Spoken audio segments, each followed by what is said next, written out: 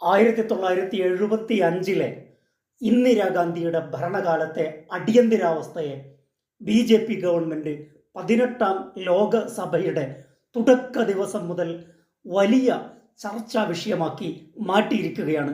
പ്രധാനമന്ത്രി നരേന്ദ്രമോദിയും പ്രസിഡന്റ് മുർമുവും അതേപോലെ രാജ്യസഭ അധ്യക്ഷനും ലോകസഭ സ്പീക്കറായ ഓം ബിർളയും ഇതേപ്പറ്റി വാതോരാതെ സംസാരിച്ചു കൊണ്ടിരിക്കുകയാണ്.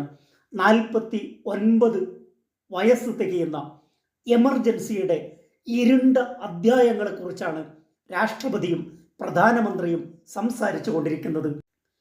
അടിയന്തരാവസ്ഥയെക്കുറിച്ച് ഓർമ്മിപ്പിക്കുന്ന, നിരന്തരം അതേക്കുറിച്ച് സംസാരിക്കുന്ന നരേന്ദ്രമോദിയും BJPയും അടിയന്തരാവസ്ഥയിൽ നിന്ന് പാഠം ഉൾക്കൊണ്ടിട്ടുണ്ടോ?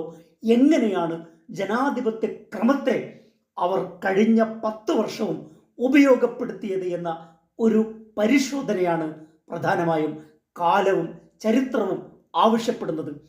ഇന്ദിരാഗാന്ധിയുടെ എമർജൻസിയിൽ പരമപ്രധാനമായ വിഷയം കോടതി ഇടപെടലുകളായിരുന്നു.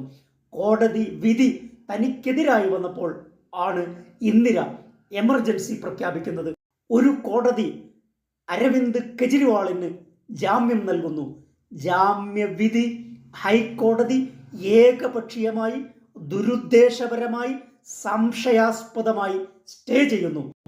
അരവിന്ദ് കെജ്രിവാളിൻ്റെ ജയിൽവാസത്തിന് പ്രധാന കാരണം അന്വേഷണ ഏജൻസികളും ജുഡീഷ്യറിയുമാണ്.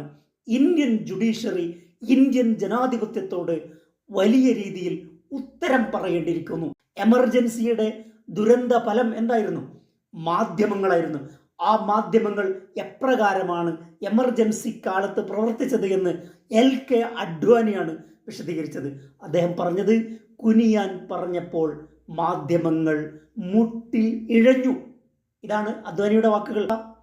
പ്രതിപക്ഷത്തെ ആക്രമിക്കാൻ ഭരണപക്ഷത്തോടൊപ്പം മോദിക്കൊപ്പം നിലനിൽക്കുന്ന മാധ്യമങ്ങളാണ് ഇന്ത്യയിലുള്ളത്. എല്ലാ മാധ്യമങ്ങളും മോദിക്കൊപ്പമാണ്, BJPക്കൊപ്പമാണ്. അവരുടെ വർഗീയ ഫാഷിസ്റ്റ് അജണ്ടകൾ നടപ്പാക്കിക്കൊണ്ടിരിക്കുകയാണ്. എമർജൻസി കാലത്ത് എന്താണ് ഇന്ത്യൻ ജനാധിപത്യത്തെ ഭരിച്ചിരുന്നത്? അത് ഭയമായിരുന്നു. ആ ഭയം, ഭീതി ഇന്ന് ഇന്ത്യയിലൊട്ടാകെ നിലനിൽക്കുന്നു. ഇന്ത്യൻ ജനാധിപത്യത്തിൻ്റെ മഹത്വത്തെക്കുറിച്ചും പാർലമെൻറ്റ് ജനാധിപത്യത്തിൻ്റെ മഹിമയെക്കുറിച്ചും എമർജൻസിയുടെ ദുരന്ത പാഠങ്ങളെക്കുറിച്ചും വാചാലരാകുന്ന BJPയും സ്പീക്കർ ഓം ബിർളയും ഓർക്കേണ്ട ഒരു കാര്യം, ഇന്ത്യയുടെ ജനാധിപത്യ ചരിത്രത്തിൽ ആദ്യമായിട്ടാണ് 100-ൽ പരം മെമ്പർമാരെ പാർലമെൻറ്റിൽ നിന്ന് പുറത്താക്കുന്നത്.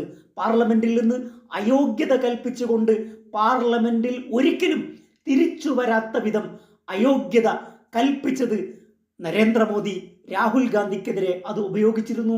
മഹുവ മൈത്രക്കെതിരെ ഉപയോഗിച്ചിരുന്നു. ഏകാധിപത്യ ചിന്ത നടപ്പാക്കിയതും പ്രയോഗവൽക്കരിച്ചതും അയോഗ്യത കൽപ്പിച്ചതും എല്ലാ ജനാധിപത്യ വിരുദ്ധമായ കാര്യങ്ങളും കഴിഞ്ഞ 10 വർഷം നടപ്പാക്കിയ നരേന്ദ്രമോദിക്കും BJPക്കും അടിയന്തരാവസ്ഥയെക്കുറിച്ച് സംസാരിക്കാൻ അവകാശമില്ല. ജനാധിപത്യത്തിൻ്റെ മഹത്വത്തെക്കുറിച്ച് സംസാരിക്കാനുള്ള ആ തൊലിക്കട്ടി കാണിക്കാതിരുന്നാൽ അതുപോലും ജനാധിപത്യത്തോട് നരേന്ദ്രമോദി കാണിക്കുന്ന ആദരവായി പരിഗണിക്കപ്പെടും.